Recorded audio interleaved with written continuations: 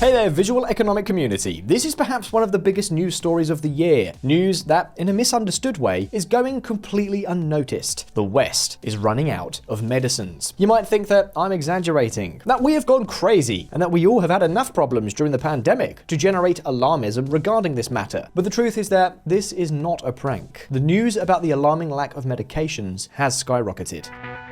EU suffers drug shortage, experts warn.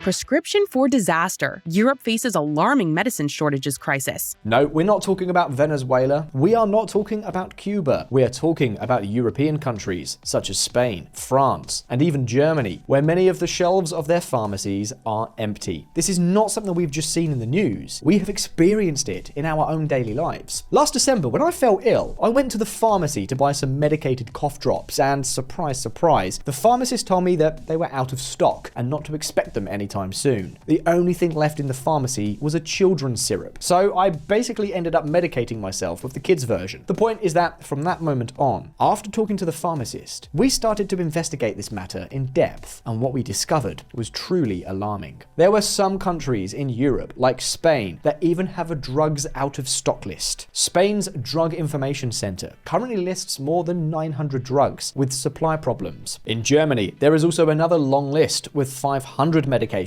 And in France, once again, much the same thing is happening. According to the French drug regulator, shortages increased 20-fold between 2008 and 2018. In other words, pharmacies in Europe are like the supermarkets in Venezuela. But that's not all. Drug shortages are a global problem that also affects the booming Asian continent and even the USA itself. Wait a minute, you don't believe me? Just take a look.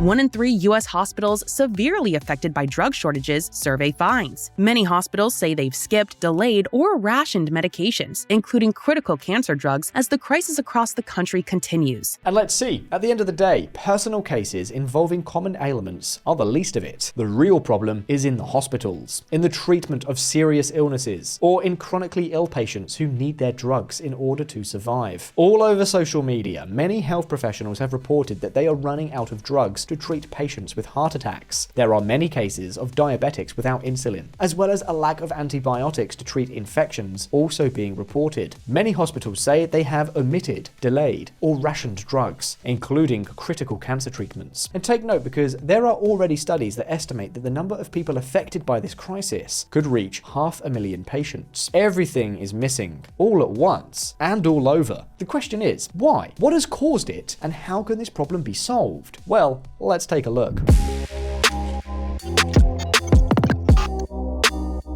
To understand why the world is running out of drugs, you have to understand the inner workings of the industry. You see, until the middle of the last century, Europe was the global leader in the manufacture of pharmaceuticals. However, everything began to change in the 1960s. The culprit? Asian countries. While the world was moving to the sound of the Beatles, China and India had other concerns. With hundreds and hundreds of millions of inhabitants, these countries wanted to develop their own pharmaceutical industries to cover their needs and not depend on drugs manufactured in Western countries. The rest of the story up to the present day you can probably guess. With an incredibly cheap labor force, Indian and Chinese manufacturers became very competitive, to the point of displacing a large part of the European pharmaceutical industry. In fact, today, the share of production of important generic drugs for the European market is dominated by Asian producers. Most drugs are almost entirely produced in India or China. And take note, because we are not only talking about final drugs, but many of the companies that manufacture medications in Europe have serious problems in finding materials with which to manufacture their drugs. Specifically, drugs need active ingredients in order to be manufactured. And what exactly are these active ingredients? They are basically the chemical elements that make medicines work. The fact is that the majority of manufacturers of active ingredients, 55% according to the latest data available to us, are located precisely in Asia. Not only that, but these manufacturers account for 66% of global production. But the matter goes even further, because Europe has exclusively kept the production of technologically complex active ingredients, that is, highly advanced chemicals for very specific diseases, but whose production is relatively small. The problem? The problem is that the active ingredients for mass production are typically found in Asia. In other words, although Europe still has drug manufacturers, they depend on Asian supplies to be able to produce the drugs. And many of you may be wondering, but Josh, what has all this got got to do with the shortage of medicines in the world? Well, the main problem is that the drug supply chain has indeed become globalized, but it has also become much more fragile.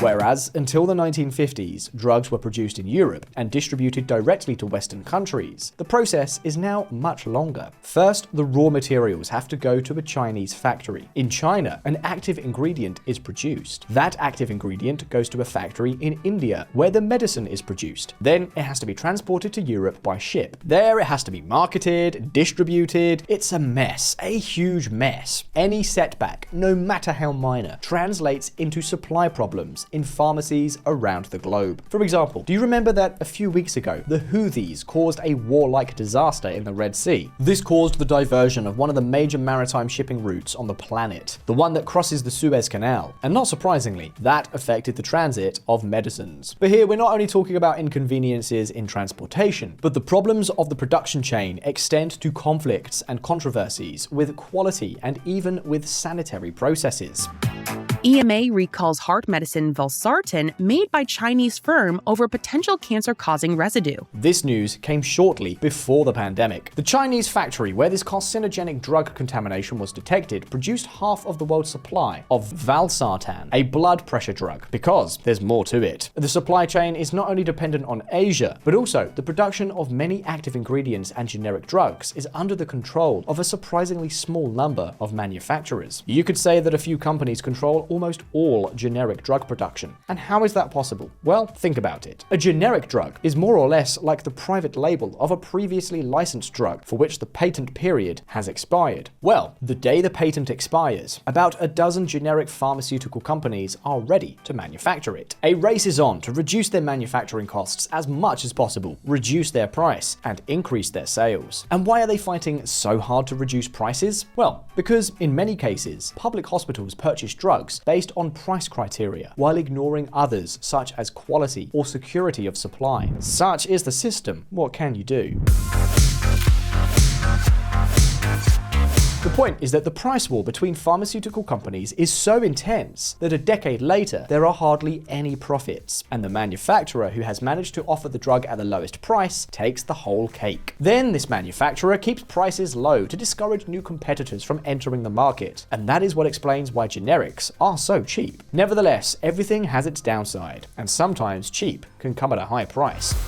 10 killed in explosion at Chinese pharma plant. Leaving aside the death toll, this news makes perfect economic sense. With such low prices, many manufacturers fail to make the investments that are necessary to upgrade or maintain their factories. Therefore, mechanical breakdowns or occupational accidents, such as the one in the news item we have seen, are more likely to occur. And guess what this means? Indeed, supply problems in pharmacies around the world. What's more, much of the drug shortages in the US over the past decades are due to facilities that have been in operation for 50 years, with virtually no upgrades. And when regulations require costly upgrades, some manufacturers simply shut them down. But now that we know the origin of the problem, it's time to talk about solutions. The remedy for the remedies. The shortage has provoked such a reaction in the United States that organizations have already been created to deal with this problem. And there is one in particular that has caught our attention: Civica RX. Civica RX is a non-profit generic drug company founded in 2018 by a partnership of US hospital groups. Its goal is to reduce and prevent drug shortages in the United States and the price increases that could go along with them. And take note, because Civica is not just a declaration of intent. It has already succeeded in manufacturing vancomycin and daptomycin in Europe, two antibiotics for highly resistant infections that until then were almost entirely produced in China. In the future, the company expects to establish its own manufacturing facilities in the United States and to add more than 100 drugs to its portfolio. But beyond private initiatives, what about the public sector? Brussels believes it's time to take action. In April 2023, the European Commission presented its pharmaceutical reform. It is the most significant overhaul of EU legislation for medical products in the last 20 years. It is still under negotiation, and there are doubts that it can be approved before the European elections in June 2024. The key to all this is provided by the President of the European Commission herself, Ursula von der Leyen. Now creating a critical medicines alliance bringing together industry, civil society, EU institutions, and national authorities. And we will launch it in early 2024. Let's take a step-by-step look at what the European Commission is doing. First, a voluntary solidarity mechanism for medicines was set up. In other words, the member states of the Union were urged to share their available stocks of medicines with all those countries that needed them. Basically, the good old last-minute patch, typical of Europe. But hey, I guess thanks to Brussels for reminding us that sharing is caring, and also for providing such a well-thought-out solution to drug shortages. Clearly, redeploying stocks is only a short-term solution. In any case, there are more measures in the proposal. One of them consists of drawing up a list of critical drugs, those with the highest risk of shortages and whose absence causes the greatest impact on healthcare systems. Nothing very significant has been done with it yet. The conclusions are supposed to come in April, and then it will be seen how to take additional measures. On the other hand, there is also the Alliance on Critical Medicines that von der Leyen was talking about. It has been announced as a pillar of EU industrial policy to address the fragility of the global supply chain, or, in other words, that Europe will not only start, but has already started subsidizing pharmaceutical production on the continent. Funding secures Europe's only penicillin production in Tyrol. This Austrian factory, belonging to the Swiss pharmaceutical company Sandoz, produces enough amoxicillin to satisfy the entire European continent. Of course, without the 50 million euros in subsidies, it would not have been profitable to install this state-of-the-art penicillin plant in Europe. And this is similar to what is happening in France. The Macron government is also using public incentives to bring the production of active ingredients back to Europe. French pharmaceutical company Siemens will open up a new paracetamol production plant in Roussillon in 2026. This plant is expected to manufacture enough each year to meet half of Europe's demand. Last year, Macron himself presented his plan to relocate the production of 50 drugs to France and gave details of the aid being granted by the state to the 8 projects that are already at an advanced stage. 10 nouveaux projets de relocalisation avec chacun plusieurs molécules sont soutenus par l'État via France 2030 et vont être lancés, représentant un investissement total de plus de 160 millions d'euros. As we've seen before, subsidies are prohibited to avoid unfair competition within the European Union. But when an industry is considered strategic, then the subsidy happy hour begins. We are seeing this more and more frequently with hydrogen, semiconductor, and now critical drug support. However, Brussels also wants its production to be less harmful to the environment. So, drugs produced in Europe already start at a competitive disadvantage, simply because they will be very green drugs, very Greta-friendly, but more expensive than Asian ones, where the fight against climate change has less credibility than WWE wrestling. Therefore, increasing drug production in Europe will be an option for combating the shortages implied by current supply chains. However, the European Union is also considering other alternatives to increase the supply of medicines, such as diversifying these global supply chains by boosting production in countries other than China and India. We'll keep an eye out for alliances to be sought, but for now, the questions are all over to you. Do you think that Europe will succeed in relocating drug production? Do you think that the United States should imitate the European strategy? Or will it be possible to compete with Asian manufacturers? You can leave your answers in the comments. In the meantime, don't forget that we release new videos every week, so subscribe to Visualeconomik so you don't miss any of our updates. If you liked this video, like it, and I'll see you in the next one. All the best. See you soon.